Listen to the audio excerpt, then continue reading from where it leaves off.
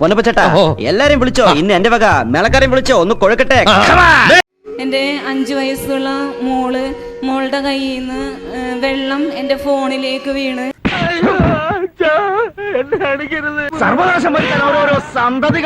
Phone display ഒക്കെ പോയി, ഒന്നും ചെയ്യാൻ പറ്റാത്തൊരവസ്ഥ.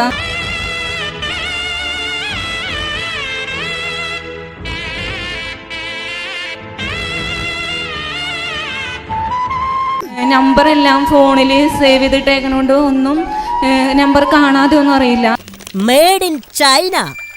6 മാസം ഗ്യാരണ്ടിയേ ഉള്ളൂ.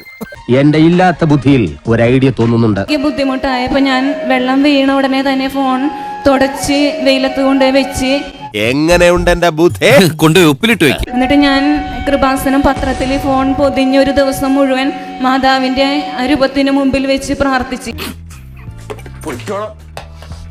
അപ്പൊ മോൻ എന്നോട് പറഞ്ഞു, അമ്മ ഫോൺ എടുത്ത് നോക്കിയാന്ന് ചോദിച്ചു. ഭയങ്കരം തന്നെ.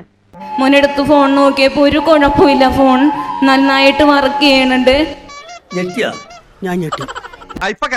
അല്ലെങ്കിൽ പിള്ളേച്ചൻ നുണ പറയുന്നതായിരിക്കും. പിന്നെ ആ ഫോൺ എനിക്ക് ശരിയായി കിട്ടി.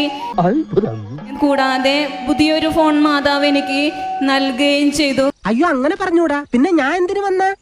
ഇത്രയും വലിയ അനുഗ്രഹം എനിക്ക് ചെയ്തു തന്ന അമ്മയ്ക്കും തിരുക്കുമാരനും ഒരായിരം നന്ദിയും സ്തുതിയും സ്വസ്ത്രം. അവരോട് എനിക്കൊന്നേ പറയാനുള്ളൂ, ഇതൊരു മഹാസംഭവമാണ്. ഈ വണ്ടിയിലുണ്ടായിരുന്ന എന്റെ പേര് ശാരദ. ഓ, ഉർവശി ശാരദ. ഞാൻ നോക്കിയപ്പോഴാണ്. എടാ കുട്ട, ഇന്നെങ്കിലും 150 തയ്ച്ചതാടാ.